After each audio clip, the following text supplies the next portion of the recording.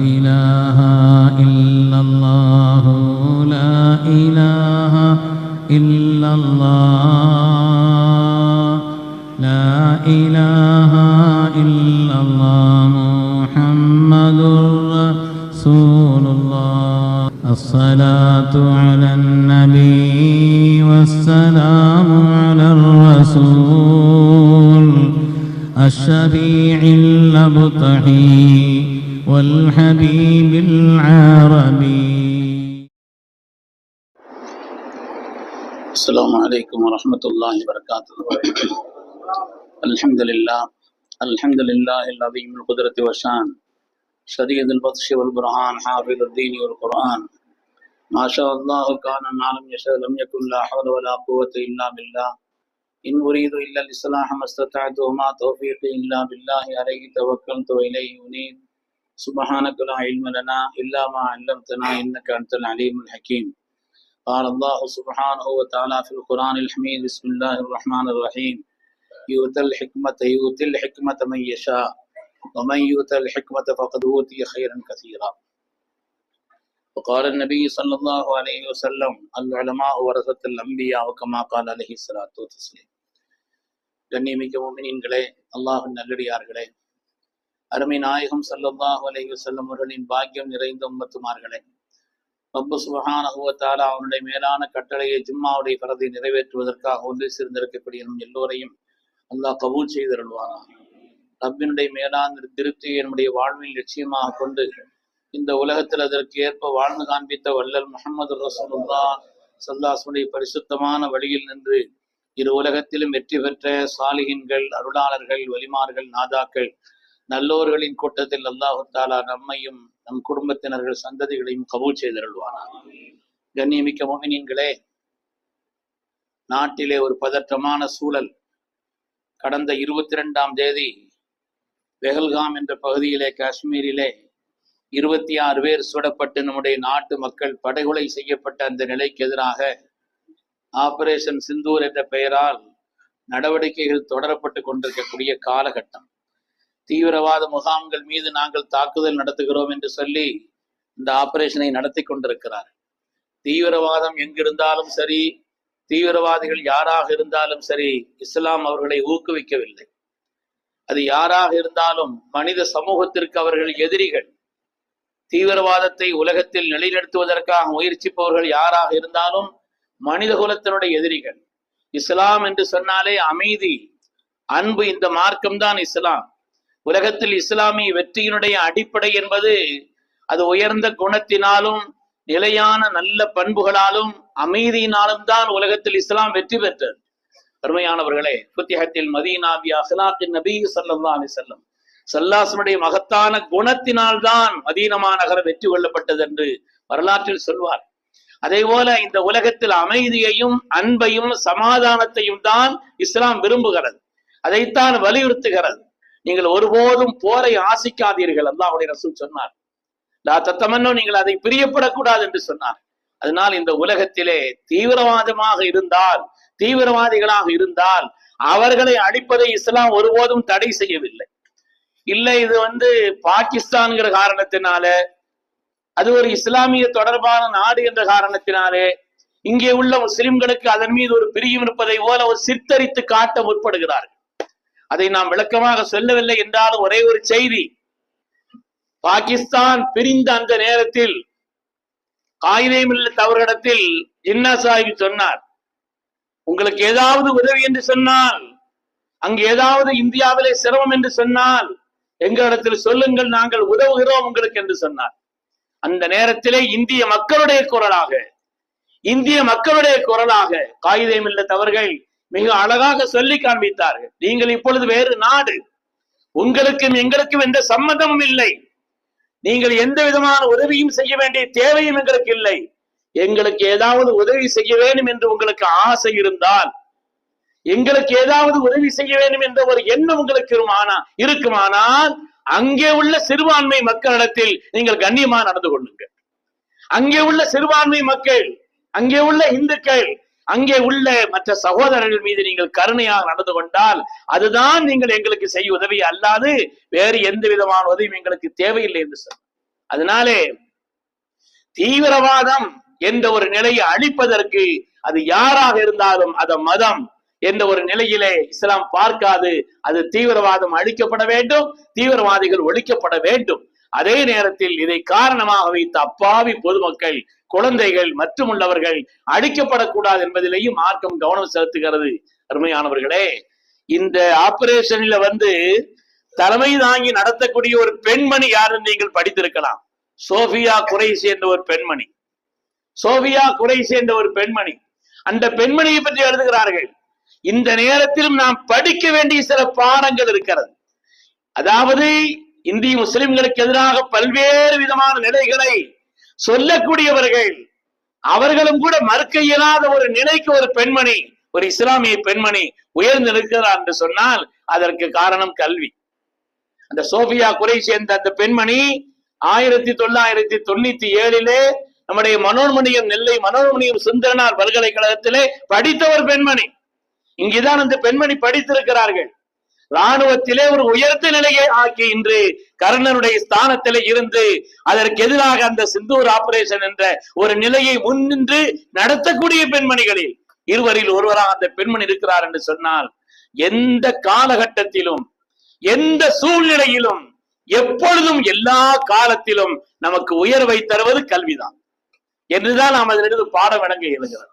அருமையானவர்களை, கல்வி என்பதை இந்த காலகட்டம், குறிப்பாக பிளஸ்டூனுடைய முடிவு வெளிவந்திருக்கக்கூடிய நேரம், அதிலே யாரெல்லாம் வெற்றி பெற்றிருக்கிறாங்க மாணவர்களை நாம் பாராட்டுகிறோம்.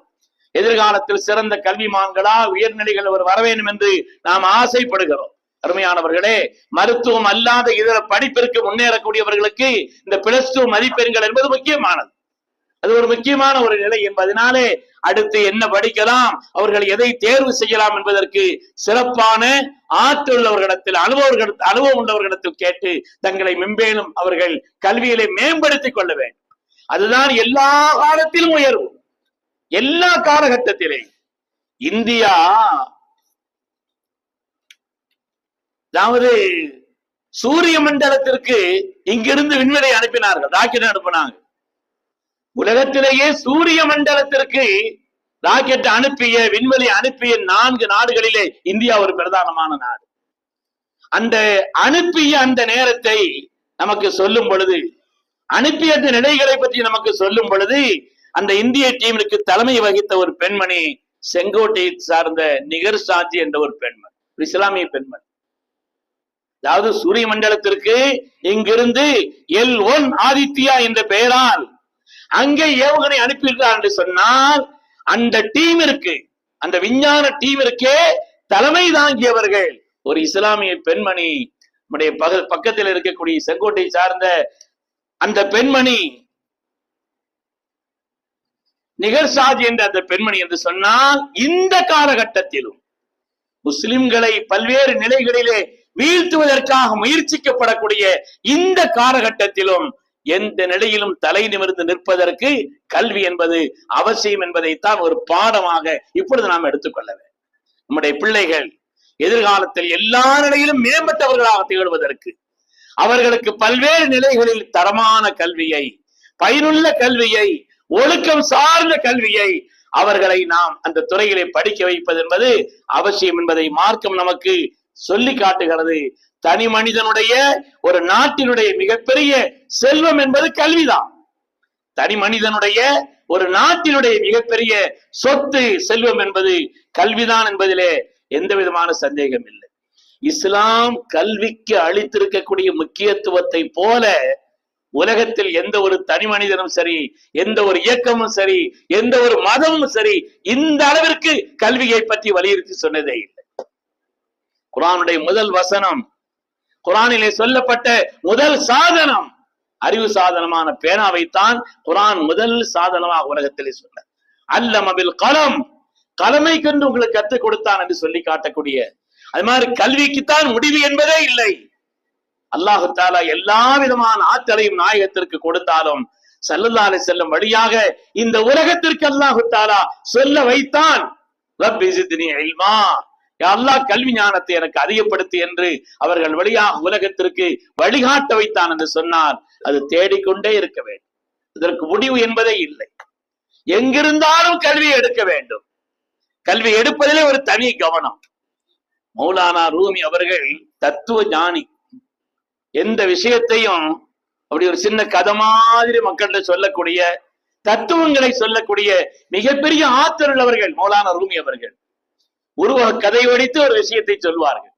மூத்து கபலன் தமூத்து, மரணமாகுவதற்கு முன்னால் மரணமாகிக் கொள்ளுங்கள் என்ற ஒரு விரிவான பல்வேறு கருத்துக்களை கொண்ட ஒரு ஹதீஸ்.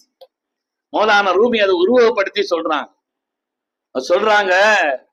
ஒரு ஆள் ஒரு கிளி வளர்த்துக்கிட்டு இருந்தாராம்.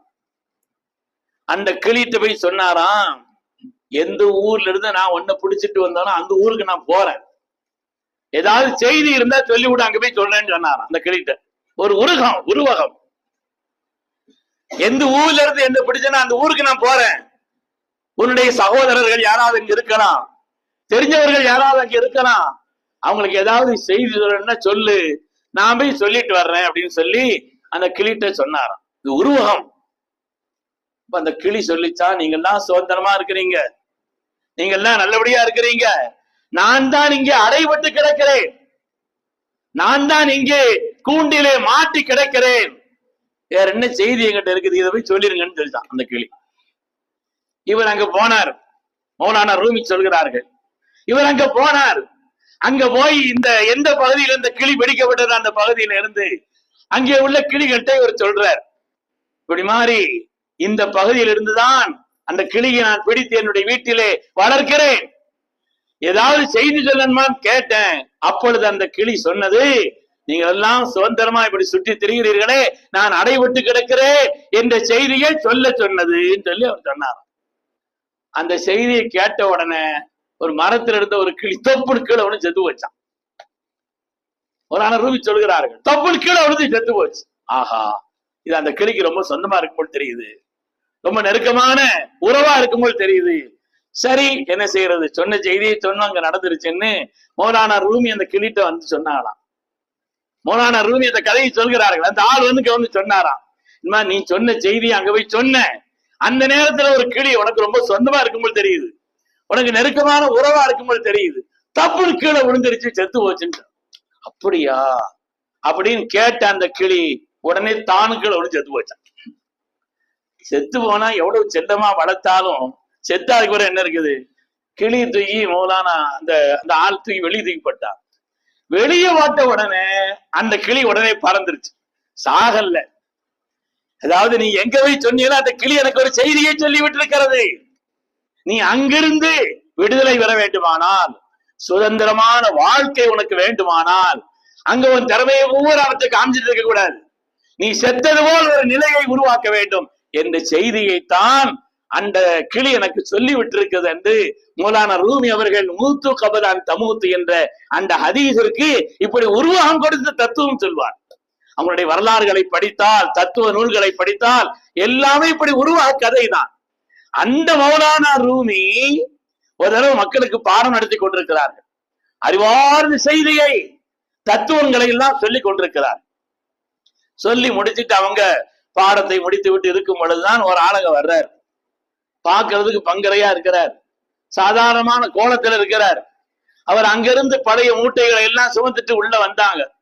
வந்த உடனே மௌலானா ரூமி அறிவார்ந்த செய்தியை, தத்துவ செய்திகளை எல்லாம் மக்களிடத்தில் சொல்லிவிட்டோம் என்ற ஒரு விதமான கர்வம், ஒரு விதமான ஆணவம், ஒரு விதமான பெருமையில உட்கார்ந்து இருக்கிறாங்க. வந்த அவர், சாதாரண கோலத்துல வந்த அவர் இங்க வந்து கேட்டாராம், இதெல்லாம் என்ன சுத்தி உங்களை ஊர கித்தாபா இருக்குதே, நிறைய நிறைய வால்யூம்களா இப்படி கித்தாபா இருக்குதே, இதெல்லாம் என்னன்னு கேட்டாராம். வந்தார். ஹாதா ஷைஉல்லா தாரி, இதெல்லாம் உனக்கு விளங்காது, நீ படிக்காதவன், உனக்கு இதெல்லாம் விளங்காதுன்னு சொல்லி மௌலானா ரூமி சொன்னான். வந்தார். அப்படியா அப்படின்னு அந்த கித்தாபையெல்லாம் வந்து ஏறிட்டு பார்த்தாராம். அப்படியே மொத்தமா பொசுங்கி சாம்பல் ஆயிடுச்சு.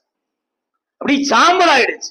என்ன புதுசா இருக்கு, தீ படல ஒண்ணும் படல, இப்படி எல்லாம் சாம்பல் ஆயிடுச்சுன்னு சொல்லிட்டு அவர் மௌலானா ரூமி, அது மௌலானா ரூமி கேட்டாங்களாம், இது என்ன, இது புதுசா இருக்கு, இது என்ன விஷயம்னு கேட்டாங்களாம். ஹாதா ஷைஉன் லா தாரி, இது உங்களுக்கு விளங்காதுன்னா, இது உங்களுக்கு விளங்காதுன்னாங்க. மௌலானா ரூமி சொல்கிறார்கள், வாழ்க்கையிலே கல்விக்கு முடிவு என்பதில்லை. எவ்வளவுதான் கத்தாலும், எவ்வளவுதான் விளங்கினாலும், இன்னும் விளங்க வேண்டிய, தெரிய வேண்டிய, அறிய வேண்டிய ஒரு நிலை இருந்து கொண்டே இருக்கக்கூடிய ஒரு உன்னதமான நிலைதான் கல்வி. அந்த மகத்தான கல்விக்கு இஸ்லாம் சொன்னதை போல், ஊக்கம் தந்தது போல் உலகத்தில் வேறு எந்த ஒரு மதமும் தனி நபர்களும் இவ்வளவு ஊக்கத்தை தந்ததில்லை.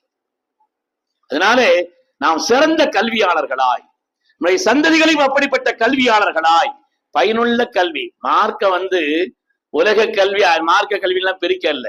கல்வியை ரெண்டா தான் மார்க்கம் பிரிக்குது. பயனுள்ள கல்வி, பயனற்ற கல்வி. அல்லாஹ் எனக்கு இல்ம நாஃபியை தா, வாழ்க்கையில் பயன் பெறக்கூடிய கல்வியை தா. பயன் தரக்கூடிய கல்வியை தான் கேட்க சொன்னாங்க. பயனில்லாத கல்வியை, எது மோசடிக்கு காரணமா இருக்குமோ, அறிவை அடிப்படையாக வைத்து மோசடிகள் செய்வதற்கு, பாவங்கள் செய்வதற்கு காரணமா இருக்கக்கூடிய இந்த பயனற்ற கல்வியை விட்டு பாதுகாப்பு தேடினார். கல்விக்கு அவ்வளவு பெரிய முக்கியத்துவத்தை நாம் எல்லாம் அறிந்த பிரபலமான நிகழ்ச்சி தான் மஹமூது கஸ்னவி மன்னருக்கு ஒரு 3 சந்தேகம் வந்துச்சான். அதாவது, நான் ஒரு அரசர், மஹமூது கஸ்னவி நினைக்கிறார். ஆனா என்னுடைய தகப்பனார் ஒரு சாதாரணமான சோல்ஜர், ஒரு படை வீரர் தான். அது மாதிரி அவருக்கு எனக்கு நிறத்திலே ரொம்ப வித்தியாசம் இருக்குது. நான் நல்ல கலரா இருக்கிறேன், அவர் கலர் கம்மியா இருக்கிறார். என்னுடைய தகப்பனார் என்று அறியப்படுகிறார் சுபுக்தஜின் என்று அவர் உண்மையிலே என்னுடைய தகப்பனார் தான். நான் யார்கிட்ட போய் கேட்க முடியுத? இந்த சந்தேகத்தை யார்கிட்ட போய் கேட்க முடியுமா? அவர் தான் தகப்பனார் என்று அறியப்படுகிறார். தன்னுடைய பிறப்பையே அது ஈரமாக கருதக்கூடிய ஒரு நிலை அல்லவா வந்துவிடும். ஆனா உள்ள தனது சந்தேகம் இருந்துகிட்டே இருந்தான் மஹமூது கஸ்னவி. அது மாதிரி படித்தவர்களை, உலமாக்களை, அவங்களுக்கு மார்க்க இவ்வளவு பெரிய முக்கியத்துவம் கொடுக்குது. படித்தவர்கள் தான் உலகத்தில எதா இருந்தாலும் சரி, கல்வியாளர்கள் தான் உலகத்திலேயே சிறந்தவர்கள். கல்வியாளர்கள் தான் உலகத்தில எதிரையும் ஏற்றத்தாழ்வே கிடையாது. கல்வியில ஏற்றத்தாழ்வு இருக்கிறது என்று மார்க்கம் சொல்கிறது. கல்வியில இவ்வளவு உயர்ந்தவர்கள் என்று சொல்கிறதே, கற்றவர்களை வரசுல் அம்பியா என்று கூட அந்த துறை சார்ந்தவர்கள் சொல்லப்படுகிறார்களே, உண்மையிலே அவ்வளவு சிறப்பா கல்விக்கு அப்படின்னு 2வது ஒரு சந்தேகம் இருந்துச்சா. 3வது, உலகத்துல ஏதோ நமக்கு தெரிஞ்ச அமலை செய்துட்டு வாழ்ந்துகிட்டு இருக்கிறோம், சொர்க்கம் நமக்கு கிடைக்குமா தெரியலையே அப்படின்னு 3வது சந்தேகம் இருந்துச்சா. இந்த நிலையில் தான் மஹமூது கஸ்னவி ஒரு நாள் வீதி வழியாக செல்கிறார். அங்கே ஒரு கல்வியாளர் கல்வியை தேடும் விதமாக படித்துக் கொண்டிருக்கிறார். பொது வெளிச்சத்துல மஹமூது கஸ்னவி அவற்றை கேட்டாங்கன்னா, இவ்வளவு சின்ன நிலையில பொதுவாக ஒரு வெளிச்சம் தரணுங்கிறதுக்காக இரவுல போடப்பட்ட இதுல படிச்சுட்டு இருக்கிறீங்களே, நீங்க எங்கேயாவது நல்ல வெளிச்சம் உள்ள இடத்துல போய் படிக்க வேண்டியதானே? எங்க படிப்பது? அங்கே எல்லாம் பொது இடங்களில் எல்லாம் விளக்கை அணைத்து விடுகிறார்கள், எங்கே போய் படிப்பதுன்னு கேட்டான். அதுக்கு பிறகுதான் எல்லா பள்ளிகள்லையும் மற்ற இடங்கள்ல வெளிச்சத்தை ஏற்படுத்தி வைத்து படிப்பதற்கான ஏற்பாடுகளை செய்தார். அப்படி செய்துட்டு அன்னைக்கு ராத்திரி ஒரு கனவு கண்டாராம் மஹமூது கஸ்னவி. அந்த மஹமூது கஸ்னவி அவருடைய கனவில் கண்மணி முஹம்மது ரசூலுல்லாஹி ஸல்லல்லாஹு அலைஹி வஸல்லம் வந்தார். வந்து சொன்னாங்க, மஹமூது எபன சுபுக்தஜினுடைய மகனே கூப்பிட்டாங்களாம். முதல் சந்தேகம் தீர்ந்துருச்சு. சுபுக்தஜினுடைய மகனே, அக்ரமக்கல்லாஹு பில் ஜன்னா, அல்லாஹ் சொர்க்கத்தை கொண்டு உன்னை கண்ணியப்படுத்துவான். கமா அக்ரம் வரசத்தி, என்னுடைய சந்ததியை நீ கண்ணியப்படுத்தியது போல் என்று ஒரு பதில் கேட்டு 3 விதமான சந்தேகங்களுக்கும் அவனுக்கு தீர்வு ஏற்பட்டதாக சொல்வார். அருமையான வழி. அதனாலே ஒரு சில நாட்களுக்கு முன்னால சென்னையில இப்பொழுது ஒரு ஜட்ஜாக தமிழகத்தில் இருக்கக்கூடிய தியாவுதீன் என்ற ஒரு சகோதரர், அவரும் ஜட்ஜ், அவருடைய மனைவியும் ஜட்ஜ். அவர் சொன்னார், நான் ஆரம்ப காலகட்டத்துல ரொம்ப வறுமைக்கு ஒரு நிலையிலே உள்ளவன். நாங்க தங்கியிருந்த இடத்துல 10 மணிக்கு தான் எல்லா லைட்டையும் ஆஃப் பண்ணிடுவாங்க. எல்லா லைட், அதுக்கு பிறகு லைட் எரியக்கூடாது. அப்படிப்பட்ட நிலையில் வாழ்ந்தவன். ஆனால் இன்று என்னுடைய தலைக்கு மேலே சுழல் விளக்கு சுற்றி கொண்டு இருக்கிறது. என்னுடைய வாகனத்திலே தலைக்கு மேல் சிவப்பு விளக்கு சுத்தி கொண்டிருக்கிறது. இந்த நிலைக்கு ஆனதற்கான காரணம் கல்விதான் அந்த கூட்டத்தில் சொன்னார். இதனால் அருமையானவர்களே, பிளஸ்டூனுடைய தேர்வு முடிவுகள் வந்திருக்கிறது. நம்முடைய பிள்ளைகள் மார்க் வாங்கியவர்கள், அதிலே வெற்றி பெற்றவர்கள் பாராட்டுக்குரியவர்கள். ஏதாவது குறைவா இருந்துச்சுன்னா அதனால ரொம்ப சோர்ந்து போய் வாழ்க்கையும் முடிஞ்சு போயிருச்சு அப்படின்னு நினைக்க வேண்டியதும் இல்லை. அப்படி நினைக்க மாட்டாங்க, அப்படி நினைக்க வேண்டியது இல்லை. ஆனாலும் கூட கல்வியிலே அடுத்த தரத்தில் உயர் நிலையிலே ஒழுக்கமான பயனுள்ள சிறந்த கல்வியை கற்பதற்கு நாம் முயற்சிக்க வேண்டும். அதுதான் எந்த காலத்திலும் கண்ணியம். நம்மை வீழ்த்த வேண்டும் என்பதற்குண்டான பதிலடி அதுதான் இருக்குது. இந்த கல்வியை கற்பதில் தான் இருக்கிறது என்பதை கவனத்தில் கொள்ள வேண்டும். அல்லாஹு சுப்ஹானஹு வ தஆலா நம்மையும் நம் சந்ததிகளையும் சிறந்த கல்விமான்களாக ஆக்கி அருள்வானா. கல்வியை கொண்டு வாழ்க்கையில் யாரெல்லாம் மேன்மை பெற்றார்களோ அந்த கூட்டத்தில் அல்லாஹு தஆலா நம் எல்லோரையும் சேர்த்தருள்வானாக. ஆமீன் ஆமீன் யா ரப்பல் ஆலமீன். வ ஆகிர் தஅவானா அனில் ஹம்துலில்லாஹி ரப்பில் ஆலமீன். அஸ்ஸலாமு அலைக்கும்.